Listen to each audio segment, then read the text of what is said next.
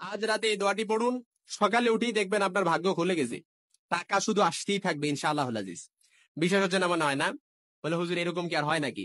এতদিন এত জীবন ধরে কষ্ট করে আসছি, এখনো কুমিল্লা শহরে একটা বাড়ি রাখতে পারে নাই, আর আপনি একটা আলোচনার মধ্যে বলে দিচ্ছেন যে এরকমটা।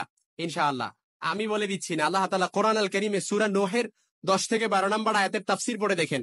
আল্লাহ তাআলা বলেন যে এই আমলটা যে করবে, আল্লাহ তাআলা ওয়ায়ুমদিদুকুম বিআমওয়ালি ওয়া বানিনা ওয়ায়াজআল লাকুম জান্নাতিন ওয়ায়াজআল লাকুম আনহারা। অর্থাৎ এত ধন সম্পদে বারাকা দিবে, শুধু ধন সম্পদে না, আপনার সন্তান সন্ততিতে আল্লাহ তাআলা বারাকা দিবে। অর্থাৎ সন্তান সন্ততিতে বারাকা বলতে কি বেশি সন্তান দিবে ওরকম না, না, না। আল্লাহ তাআলা সন্তান সন্ততিতে বারাকা দিবে মানে কি, আল্লাহ তাআলা আপনার সন্তান সন্ততি আপনার মনের আশা অর্থাৎ মনের মতো করে আল্লাহ তাআলা বানায় দিবে। এই জন্য এই আমলটা করবেন ইনশাআল্লাহ। রাত্রিবেলা ঘুমানোর আগে 3 বার এই আমলটা করে ঘুমিয়ে যাবেন, আর সকালবেলা উঠে দেখবেন আপনার ভাগ্য খুলে গেছে। আল্লাহ তাআলার কোরআন সাক্ষী দিচ্ছে, 1500 বছর আগে আল্লাহ তাআলা রাসূলের মাধ্যমে মেসেজ দিচ্ছেন। হাদিস রাসূলের এই আয়াতের স্পষ্ট নারেশন, কোরআন আল কারীমের আয়াতের স্পষ্ট নারেশন হচ্ছে ওয়ায়ুমদিদুকুম বিআমওয়ালি ওয়া বানিনা ওয়ায়াজআল লাকুম জান্নাতিন ওয়ায়াজআল লাকুম আনহারা। এই জন্য আয়াতটা পড়বেন, এই দোয়াটা পড়বেন রাত্রিবেলা পড়ে। এখানে কেউ নাই যে বলবেন যে হুজুর এই দোয়াটা পারি না, এত কঠিন দোয়া কিভাবে শিখবো। এখানে এরকম কেউ নাই, কারণ এই ছোট্ট থেকে এই দোয়াটা পড়ে আসছি। উঠতে বসতে চলতে ফিরতে সবসময় দেখবেন এই দোয়াটা অনেকে পড়ে, কিন্তু হয়তো কিভাবে পড়লে অ্যাকসেপ্টেড হবে, কোন দোয়াটা পড়লে অ্যাকসেপ্টেড হবে, কিভাবে আল্লাহ তাআলার কাছে কবুল হবে, গ্রহণযোগ্য হবে, এটা হয়তো জানি না, এই জন্য বুঝি না। এই জন্য এই দোয়াটা পড়ার আগে আপনার ইয়াকিন মজবুত করতে হবে। উদুল্লাহ ওয়া আনতুম মুকিনুনা বিল ইজাবা।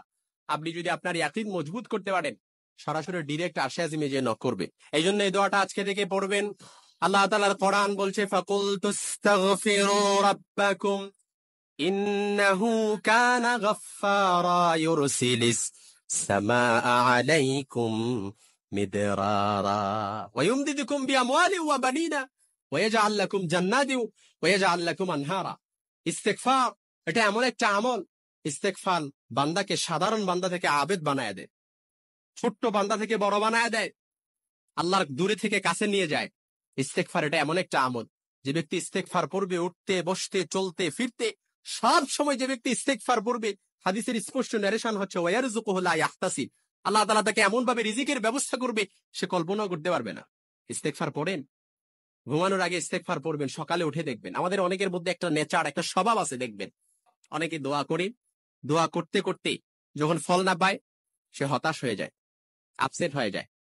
ইমাম ইবনুল কাইয়িম রাহিমাহুল্লাহ, ইমাম ইবনুল কাইয়িম জাওজি রাহিমাহুল্লাহ বলেন, বান্দা যখন মুনাজাত করে আল্লাহর কাছে, আর আল্লাহ যখন বান্দার দোয়াটা কবুল না করে, এমনও তো হতে পারে আল্লাহ তাআলা বান্দার কণ্ঠটা বারবার শোনার জন্য তার দোয়াটা কবুল করতেছে না। আল্লাহু আকবার বলবেন না? ইমাম ইবনুল কাইয়িম রাহিমাহুল্লাহ বলেন যে বান্দা যখন আল্লাহর কাছে মুনাজাত করে, আল্লাহর কাছে চায়, আর আল্লাহ যখন তার দোয়াটা কাঙ্ক্ষিত জিনিসটা আল্লাহ তাআলা তাকে না দেয়, অর্থাৎ তার দোয়াটা কবুল করতেছে না, এর মানে হচ্ছে আল্লাহ তাআলা চাচ্ছে যে বান্দার কণ্ঠটা বারবার শোনার জন্য। সুবহানাল্লাহ বলবেন না?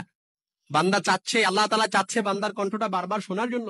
ইমাম ইবনুল কাইয়িম জাওজি রাহিমাহুল্লাহ বলেন, এজন্য আপনার দোয়াটা কবুল হচ্ছে না, আপনি হতাশ হবেন না, আপসেট হয়ে যাবেন না। আল্লাহর উপর ইস্তেআনাত রেখে, ইয়াকিন রেখে আপনি মনের ভেতর মজবুত ইয়াকিন রাখবেন যে আল্লাহ অবশ্যই আমার দোয়াটা কবুল করবে। চাওয়াটা যদি শক্ত হয়, মজবুত হয়, পাওয়াটাও মজবুত হয়ে যায়।